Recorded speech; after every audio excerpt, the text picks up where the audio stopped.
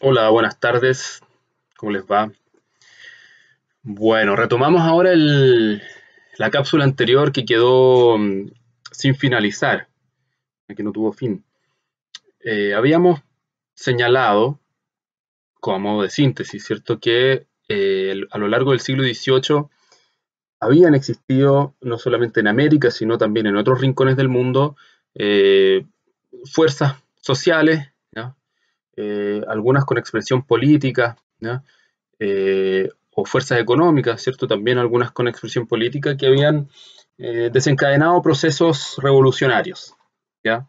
Ahí obviamente se incluía la Revolución Francesa como hito principal y también la Revolución Industrial, ¿cierto? Habíamos dicho por su parte, ¿cierto?, que en América había existido a lo largo del siglo XVIII diferentes conflictos, ¿ya?, los cuales en más de una ocasión estallaron, ¿ah?, en rebeliones abiertas. Sin embargo, no habían elementos en común, al menos en las expectativas de quienes participaron, ¿cierto?, de quienes impulsaron esos movimientos rebeldes, ¿ya? O revolucionarios, como quieran llamarlos, ¿ya? Esos movimientos de contestación. Entonces, ¿cuándo se alinean, ¿cierto? ¿Cuándo cuajan? ¿Cuándo se estructuran? ¿Cuándo aunan, ¿ya?, sus frustraciones, o más que sus frustraciones, ¿cierto? ¿Cuándo logran concentrar o dialogar entre estos movimientos? ¿Ya? Es a finales del XIX, principios del XX. Entonces ahí es cuando vemos como proceso histórico, ¿cierto?, que termina con el abandono casi total de las colonias hispano-portuguesas, perdón, de las potencias, ¿cierto?, del poder colonial hispano-portugués de América. ¿Ya? No es un abandono total, pero sí es casi total. Eh, Ahora bien, hay ¿cierto? Hay ciertas rebeliones, ¿ya?, o una en especial, ¿ya?, que es la que vamos a partir trabajando ahora, que queda fuera del proceso independentista, ¿ya?, porque no conduce, pese a que estalla, ¿cierto?, pese a que produce una importante transformación, ¿ya?, tiene un impacto grande en la sociedad del Perú, ¿cierto?, y de todos los Andes, ¿ya?, no desemboca en un cambio de régimen, ¿cierto? No desemboca en una transformación política, en la expulsión del monarca, ¿ya? Y me refiero a la revolución de Tupac Amaru segundo, ¿ah? José Gabriel Condorcanqui, Tupac Amaru segundo. ¿Ya? Me gustaría señalar, antes de tirarnos, que el siglo XVIII, como ustedes saben, hubo un cambio, a principios del siglo XVIII hubo un cambio en la dinastía que reinaba, ¿cierto?, en España, ¿cierto?, en la monarquía hispana. En España puede sonar muy, muy sujeto a la península, como si la península fuese algo homogéneo y como si esa península fuese, ¿cierto?, ese contenido en todo ahí. No, en realidad en el reino de España, en el reino hispano, ¿ah?, hubo un cambio en la casa gobernante, ¿ya?, y salieron eh, la casa de los Habsburgo, ¿cierto?, de origen austriaco, y entraron los Borbones, ¿ya?, de origen francés, ¿ya? Y los Borbones son famosos, ¿cierto?, por haber introducido una serie de reformas administrativas, ¿ya?, una serie de reformas económicas que tuvieron un impacto inmediato y profundo, tanto en España, perdón, tanto en la península ibérica, ¿cierto?, como en América, ¿ya? En particular, si ustedes, bueno, les interesa esto, pueden leer la introducción a John Lynch, ¿cierto? John Lynch habla de la segunda conquista española, ¿ya? Dice que, eh, grosso modo, a modo de perspectiva general, ¿cierto?, dice que los Habsburgo habrían desarrollado una fórmula, ¿ya?, de sujeción a las colonias, en la cual lo más importante era recaudar, ¿ya?, una parte de la tributación, o algún, ¿cierto?, o algún porcentaje de toda compraventa, de toda transacción que se hiciera en las colonias americanas, pero más allá de eso no existía ningún tipo de control, ¿cierto?, férreo sobre estas mismas operaciones. ¿A qué me refiero? ¿Ya? Por ejemplo, no sé, si a ustedes,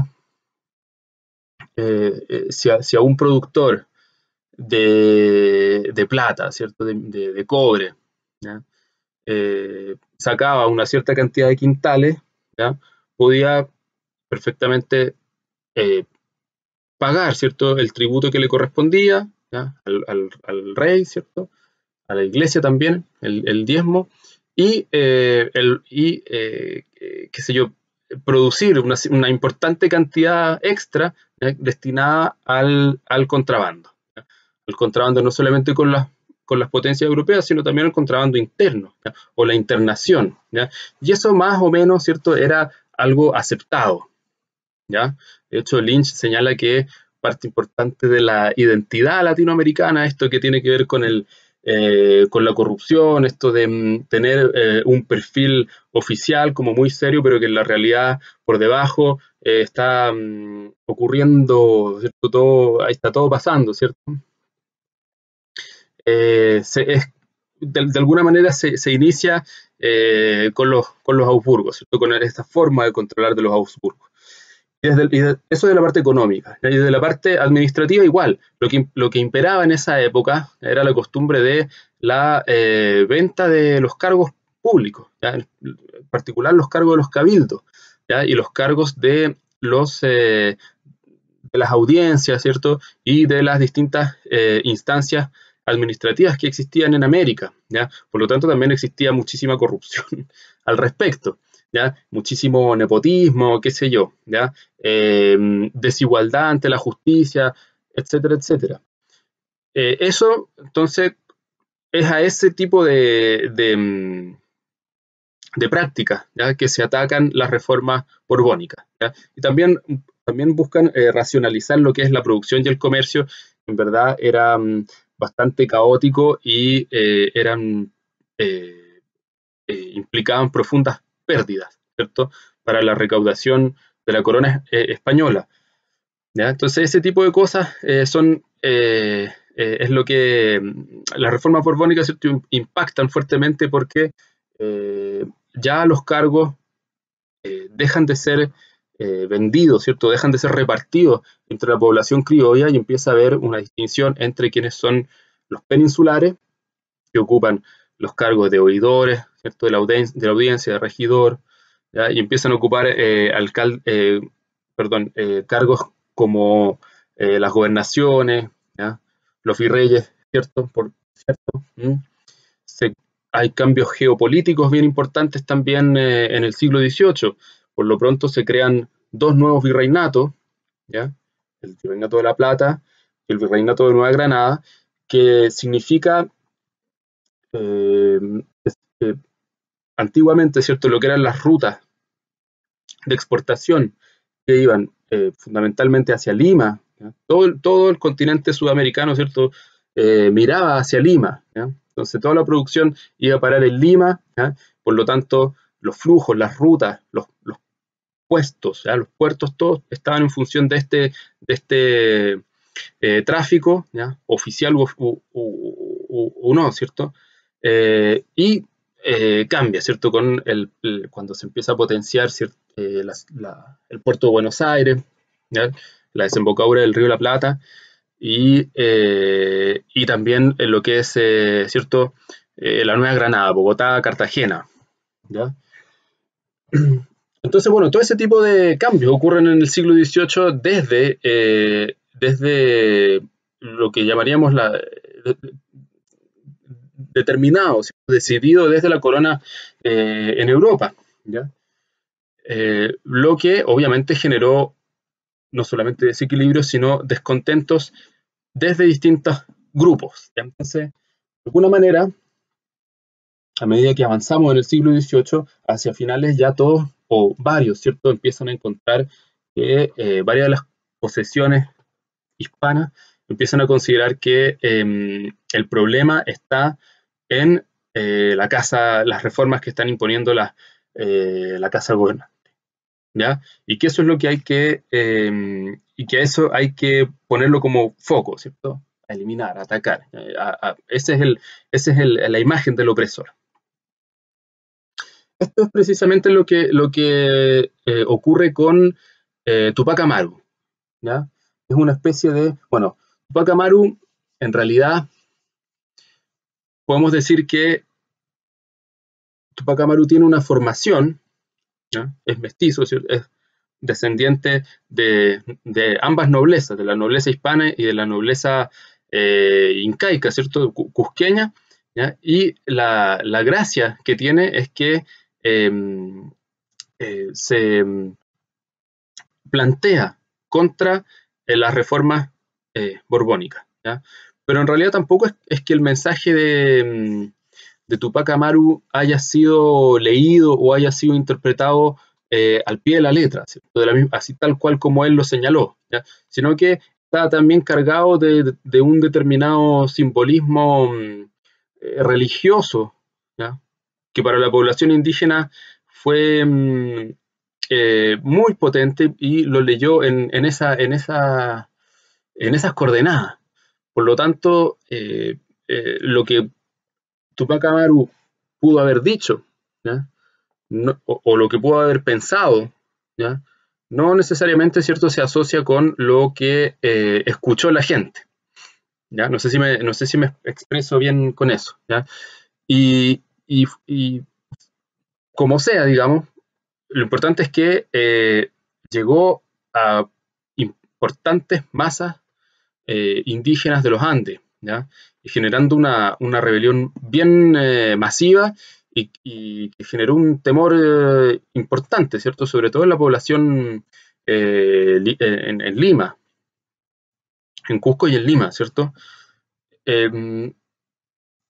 Y además, bueno, esto, además decirlo, ¿cierto? No solamente por su condición de mestizo, de ilustrado, ¿cierto? Culto, ¿ah? Noble, junto con Garcilaso, ya, no sé si fue en este curso o en el otro curso que hablamos de Garcilaso, no, fue en el otro curso que hablamos de Garcilaso, bueno, eh, eh, junto con Garcilaso, ¿cierto? Con el Inca Garcilaso son la expresión misma de lo que sería el cruce o los principales tendencias culturales que atraviesan al Perú y que le dan la identidad nacional o más abarcativa, ¿cierto? Más no sé si inclusiva, ¿cierto? Pero en Tupac Amaru y en el Inca Garcilaso, ¿cierto? Se reúnen los símbolos de la peruanidad, digámoslo así, ¿ya? Por ponerlo de una manera, ¿ya? Entonces, en tanto que figura histórica, en tanto que símbolo histórico, se proyecta, ¿cierto?, hasta el día de hoy. Y no solamente es tomado por el nacionalismo peruano, sino que también es tomado por muchos grupos guerrilleros de izquierda, ya en el siglo XX. En Perú está el movimiento revolucionario Tupac Amaru, que operó en la década del 80 y del 90. Ya fue famoso por la toma de la embajada de Japón en Lima, ¿ya? Un operativo que,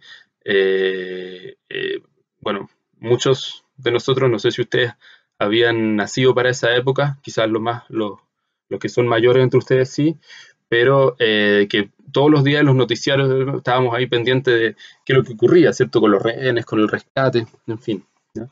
Está el movimiento de los Tupamaros en Uruguay en la década del 60, ¿no?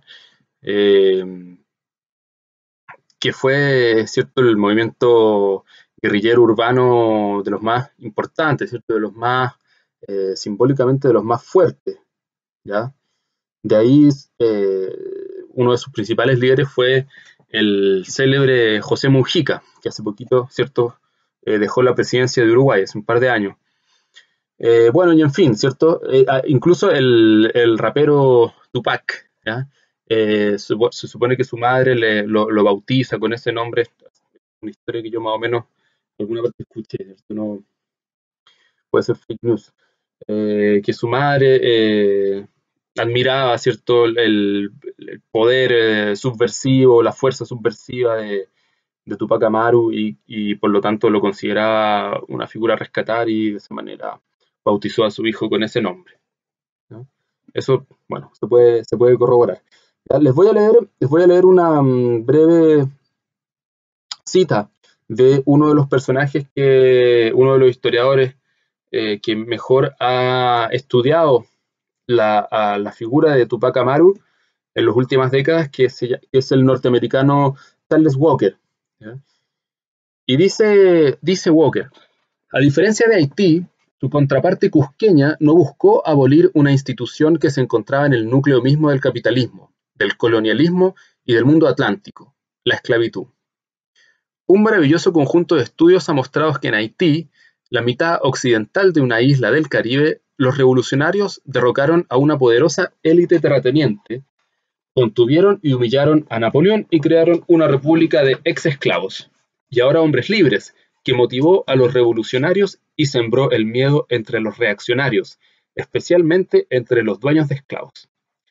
La rebelión tupacamarista, por otro lado, tuvo en la mira los abusos y excesos de las reformas borbónicas que habían incrementado la explotación física y laboral de la población indígena, particularmente en el corredor que se hallaba sujeto al sistema de Mita de Potosí, así como de quienes ejercían dichos abusos, como los hacendados españoles, los dueños de obrajes y otros, ¿ya?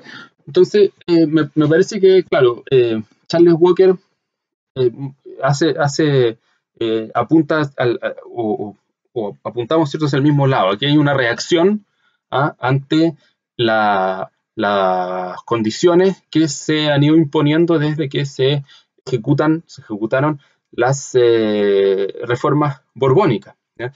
En el caso de Potosí, bueno, ya sabemos que Potosí era un infierno, ¿cierto? Un lugar donde iban a morir cientos de indígenas sujetos al sistema de Mita, ¿ya?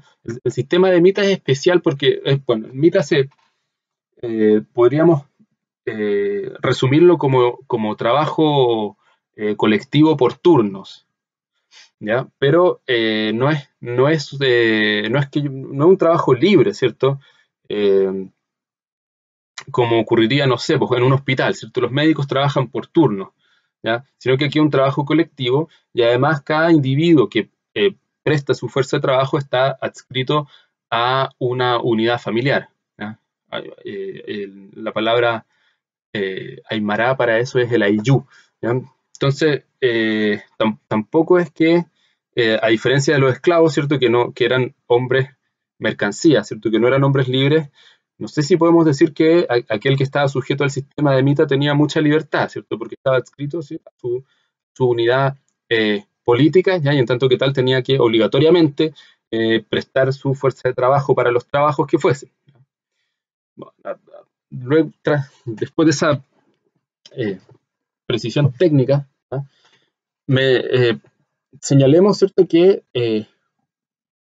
lo importante es o la importancia que significa esta comparación que hace Walker entre la revolución haitiana, ¿ya?, y la revolución o la rebelión de Tupac Amaru, ¿ya?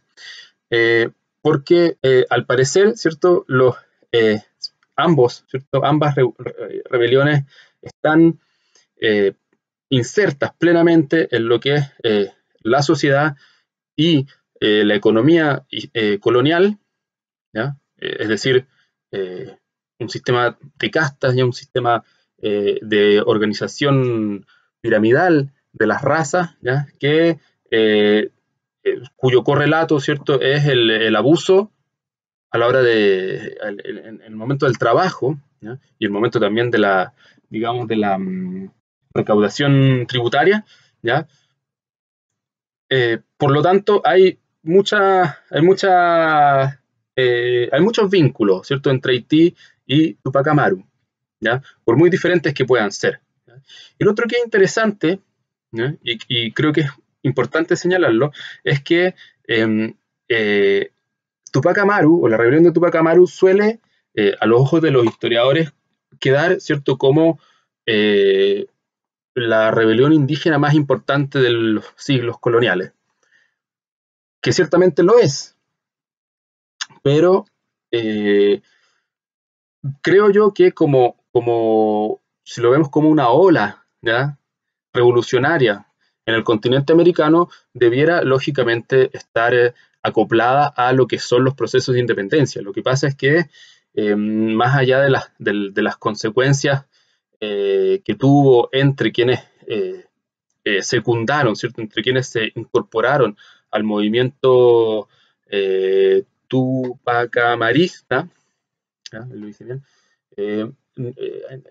cierto que fueron masas importantes de la población, y después hubo, ¿cierto?, otras, como la famosa de Tupac Katari, ¿cierto?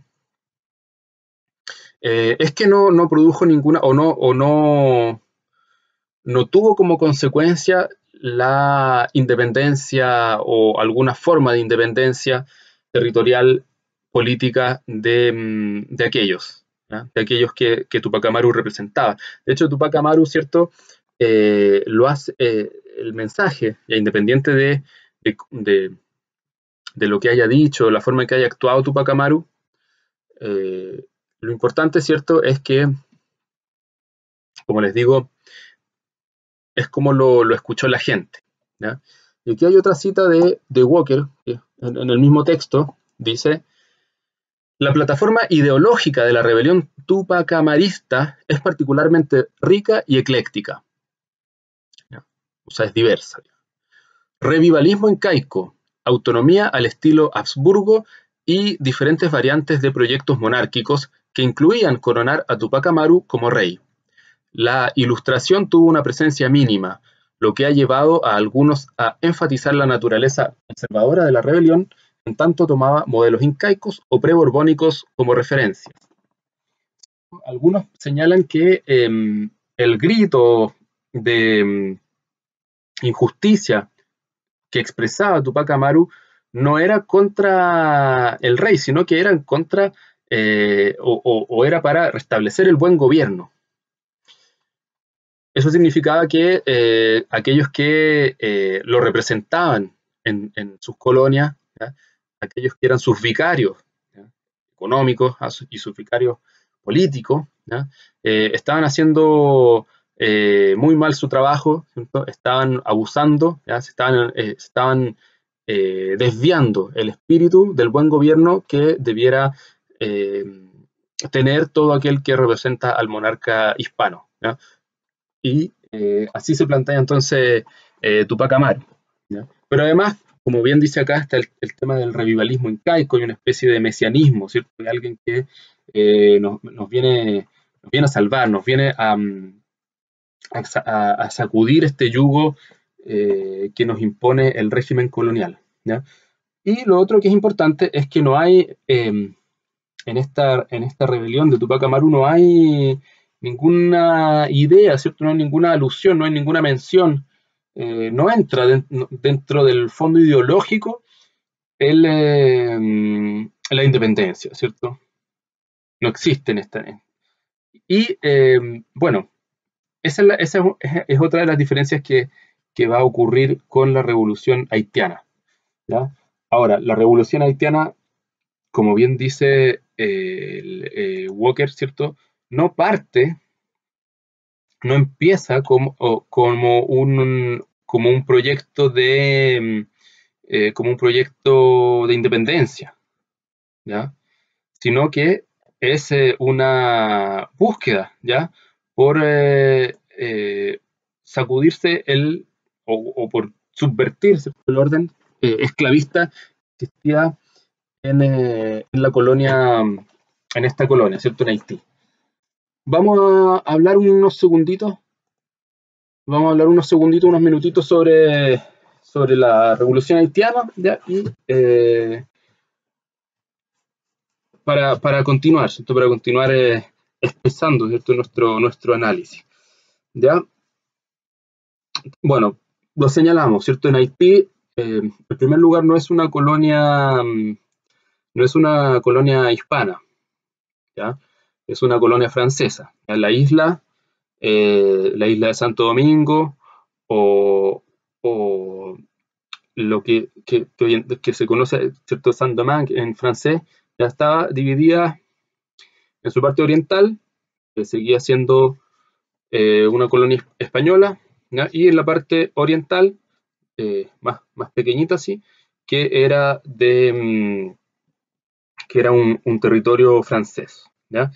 Pero en la proporción, bueno, yo he escuchado distintos cálculos, ¿ya? De lo que era la proporción de población negra, de población mulata, mestiza y población blanca en Haití. Ya he escuchado que van desde 1 a 5, ¿ya? Vale decir 5 negros por un blanco, ¿ya? Hasta 1 a 12, ¿ya? Es decir, un blanco por 12 negros. Da igual, ¿cierto? Da igual la cifra precisa, ¿ya? Lo cierto es que es una minoría, ¿ya? Terrateniente, dueños de las plantaciones de caña, ¿ya? Que somete, afirmándose, ¿cierto? Apoyándose en el sistema de esclavitud, y viviendo también del comercio de esclavos, ¿ya? Que en el siglo finales del XVIII, principios del XIX estaba en ascenso, ¿cierto? No se había visto mermado, no estaba en crisis, digamos, ese mercado, el mercado de esclavos negros del África, ¿cierto? Entonces estaba esta desproporción, ¿ya?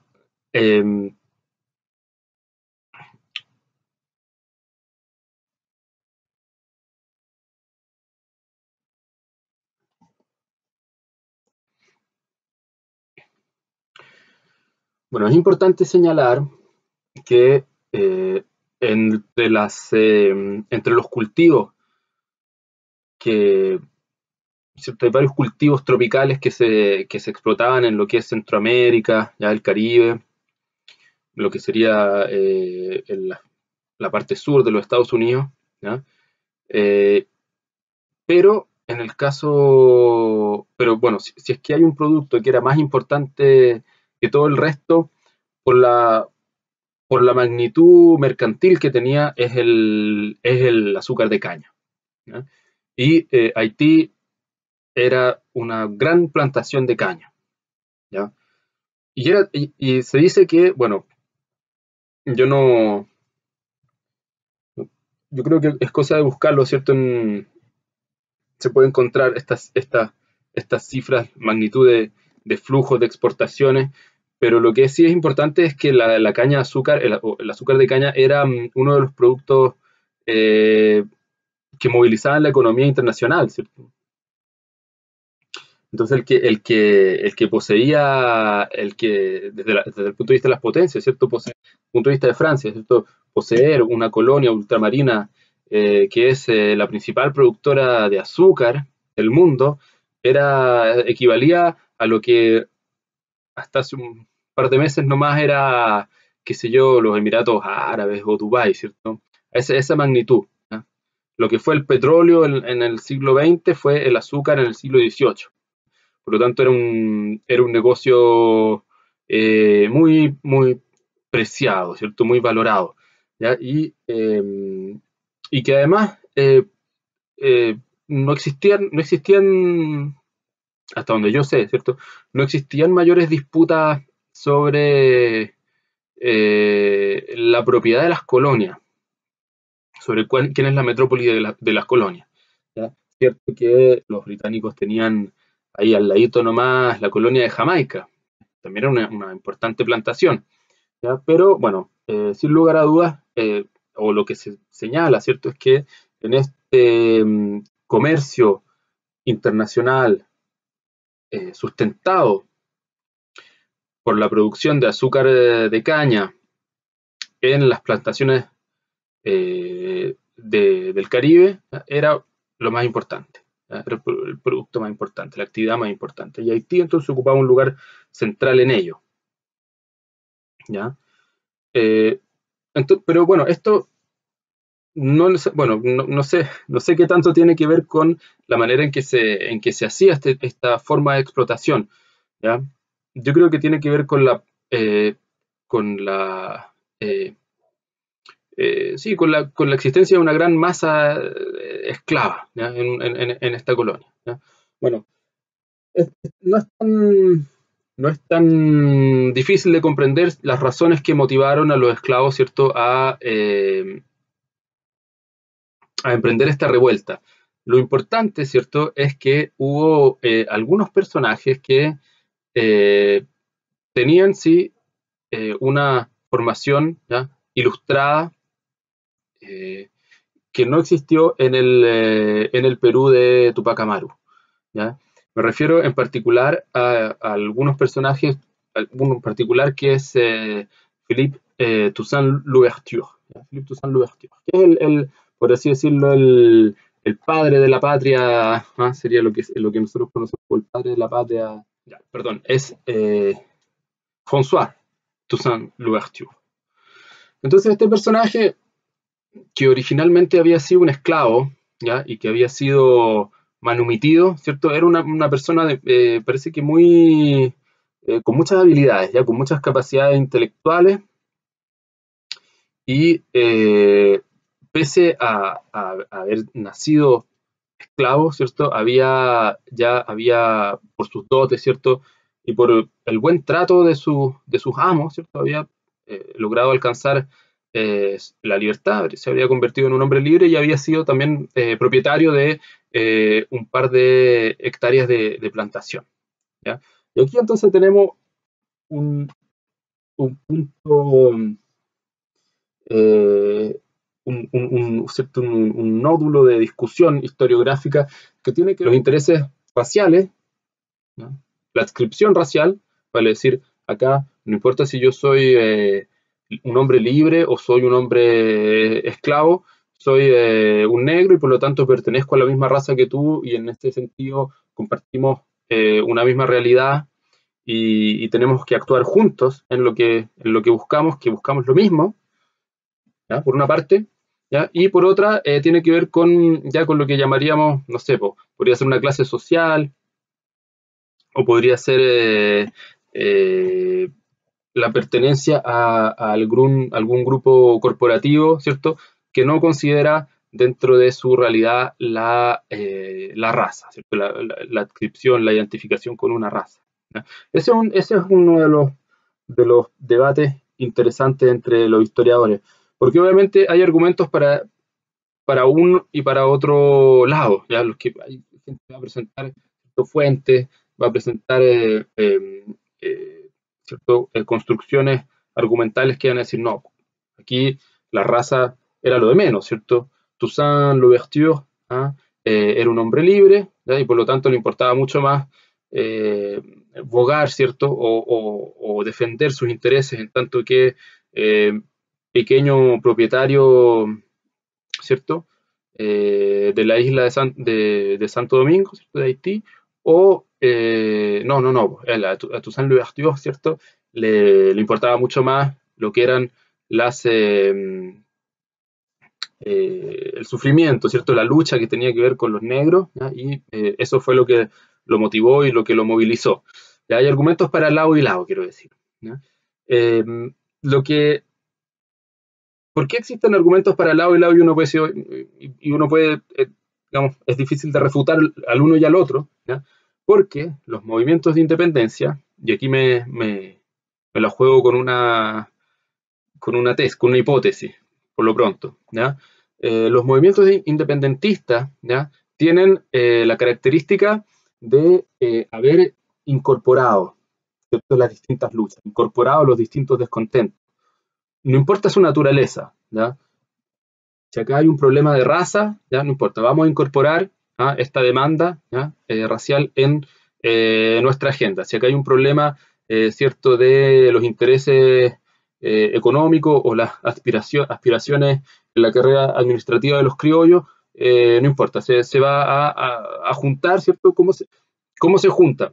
Por eso, más adelante, ¿cierto?, vamos a trabajar el caso de Venezuela, que en este sentido es interesantísimo, ¿ya? ¿Cómo se junta la masa de esclavos negros, ¿ya?, con los criollos que disputan, ¿cierto?, los puestos de la administración o disputan las cuotas de mercado, ¿ya? O el control de los aranceles de exportación, ¿ya?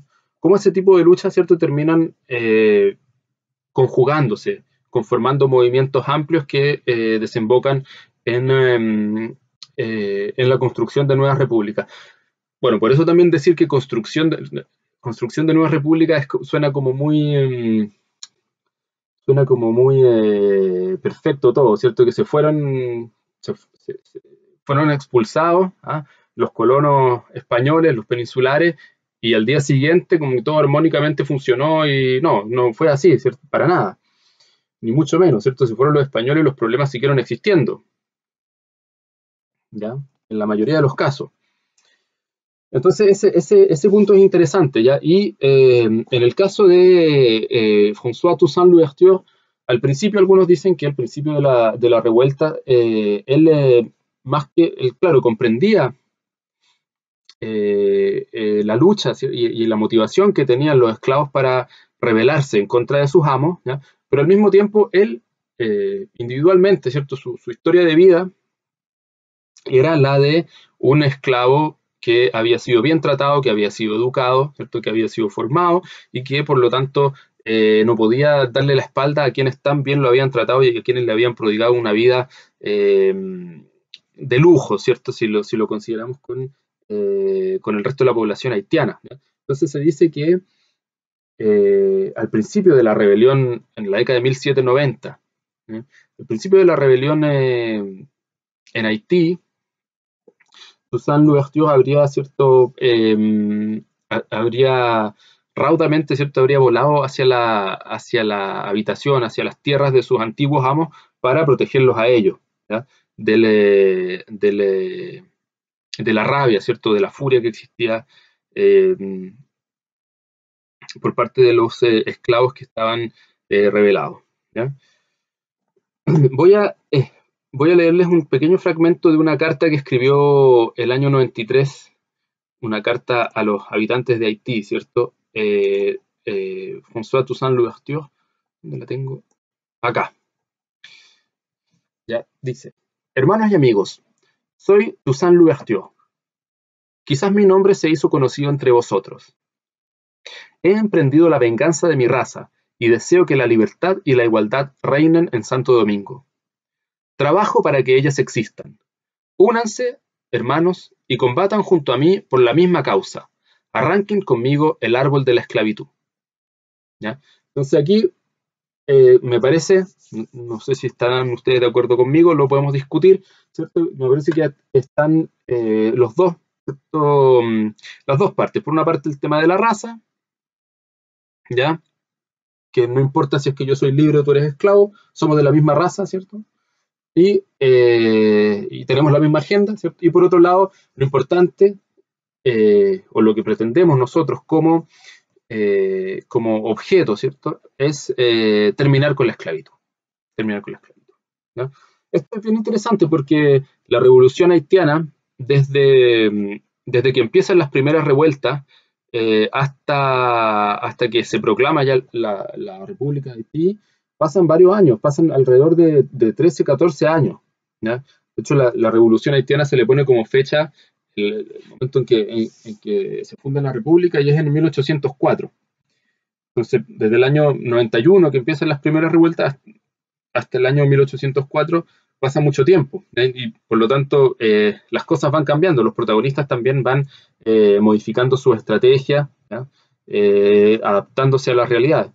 Piensen que todo esto, toda la revolución haitiana ocurre en paralelo con la revolución francesa, ¿ya?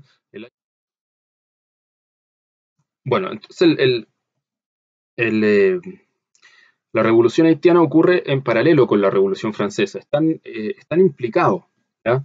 Y fíjense que aquí las ideas de la ilustración sí están presentes, ¿ya? Sí circularon, ¿cierto? En la isla de Haití uno dice, bueno, pero imagínate la gran masa de esclavos, no gente analfabeta, ¿cierto? Sin mayor educación, ¿cómo va a haber podido escuchar y haber podido hacer propio el mensaje de fraternidad, ¿cierto? De igualdad, de todas las ideas en torno a lo que tenía que ser el gobierno, ¿cierto? Los derechos de los gobernantes, ¿ah? Y de los ciudadanos. Entonces, ese tipo de ideas, claro, efectivamente quizás no pasó a la gran mayoría de la población, pero sí quedó en personajes como Toussaint Louverture y como sus principales colaboradores, ¿ya? Eh, Francia, en España y en Inglaterra no existían este tipo de discusiones de ideas, ¿ya? Era en Francia, ¿ya? Por lo tanto, eh, el, el, a mediados de la década del 90 llega un gobernador a la isla de Haití, un señor de nombre Santonax. Santonax. Y este señor Santonax era un revolucionario, ¿ya? Así de la misma, no sé si tan carismático, tan conocido como Robespierre, como, qué sé yo, Danton, ¿ah? Saint-Just, qué sé yo, pero este personaje era un revolucionario, por lo tanto le importaba que impusiera la igualdad, primero le importaba que todos aquellos que pertenecen administrativamente a Francia tuvieran la condición de ciudadanos, ¿ya? Y que en tanto que tal fueran iguales. Por lo tanto, terminó aboliéndose la esclavitud en Haití a mediados de la década del 90. ¿Ya? Se abolió la esclavitud, se abolió por una eh, por un decreto de la Asamblea Nacional, ¿ya? Se discutió en París, ¿cierto? Pero esto tiene mucha lógica porque era parte del pensamiento de la época, ¿ya? Hay que pensar que después, ¿cierto? Ya la cuestión va a ser distinta cuando que todavía no está, Francia no está implicada, ¿cierto? Tan a fondo en África ni en Indochina, como si va a estar entrado el siglo XIX. Entonces, decretar la libertad, ¿cierto? De todos los esclavos, la manumisión de los esclavos, estaba dentro de las cosas que eran posibles, ¿ya?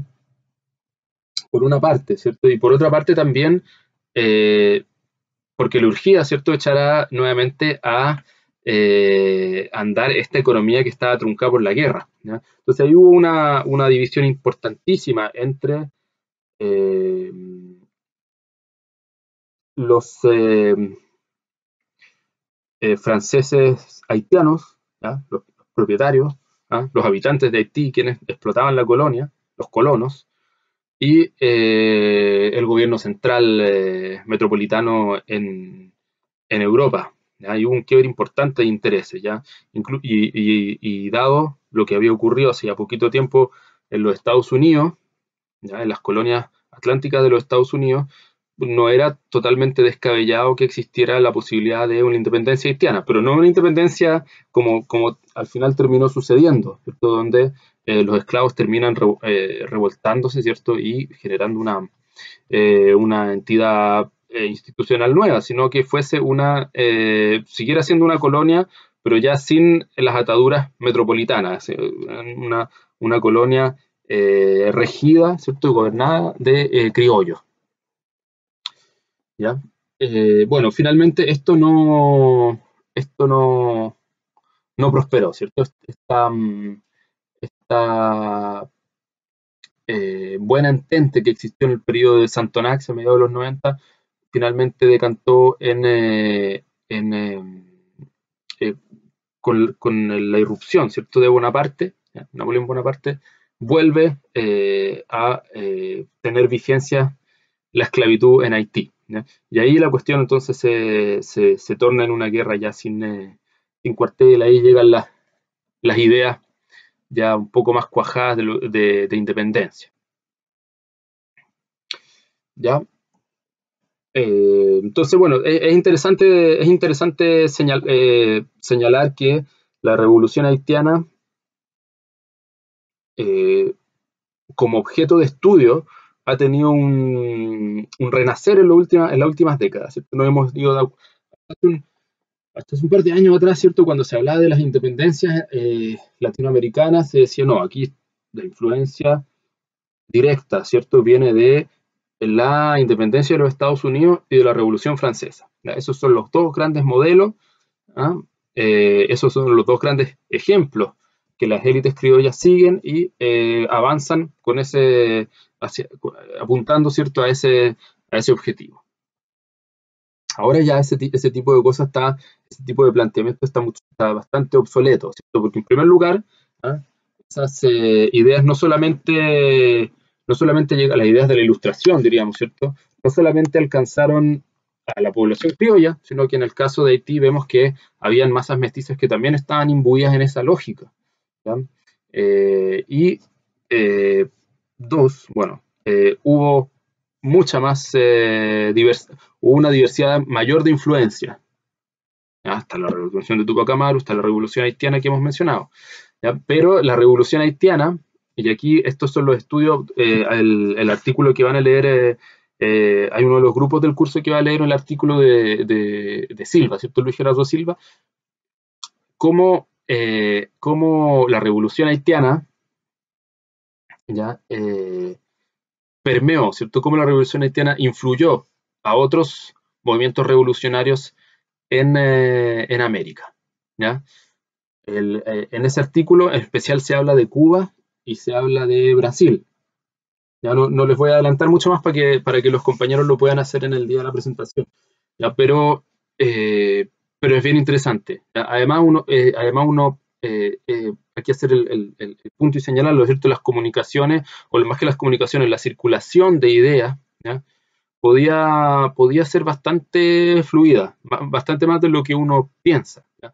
A veces uno dice, hoy no, las ideas de la ilustración circularon en América, ¿ya? Bueno, quizás, claro, las ideas de la ilustración, hay estudios que han ido dedicándose a esto, ¿cierto? Bueno, pero ¿quién leyó verdaderamente a Voltaire? ¿Ah? ¿Lo leyeron en México? ¿Lo leyeron en Chile? ¿Ya? ¿O simplemente sus ideas no llegaron o llegaron, ¿cierto? Por vía oral? Y si es por vía oral, ¿solamente llegaron a las capas de la población criolla o también llegó a los otros sectores? Bueno, en fin, da lo mismo, ¿cierto? Pero nos vamos dando cuenta, ¿cierto? Que las independencias, ¿ah? Los procesos de independencia tienen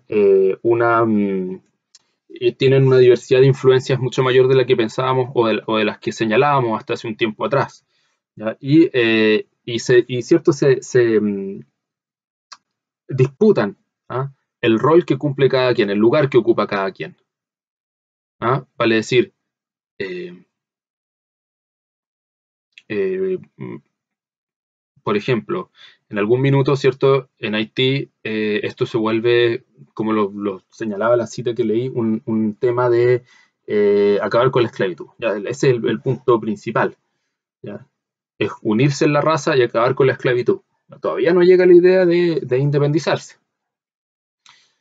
Eh, Versus en Estados Unidos, ¿ya? La independencia de Estados Unidos, que por ningún motivo, ¿cierto?, se planteó la idea de terminar con la esclavitud, ¿ya? Es más, los esclavos no participaron, ¿ya? Imponiendo su agenda, ¿ah? Sus necesidades, ¿cierto?, sus reclamos en lo que fue la guerra de independencia de los Estados Unidos, para nada, ¿ya? Y eso sí iba a ser una especie de lastre, ¿ah? Una condición histórica que se va arrastrando, se va arrastrando, se va arrastrando hasta, bueno, hasta la guerra de secesión, ¿cierto? Hasta la guerra civil a mediados del siglo XIX, pero cuyos efectos se siguieron manifestando, ¿cierto? Incluso hasta el periodo, hasta mediados del siglo XX, ¿ya? Final del siglo XX. Bueno, eh, voy a cerrar esta cápsula y voy a hacer una tercera cápsula para este curso, para esta clase.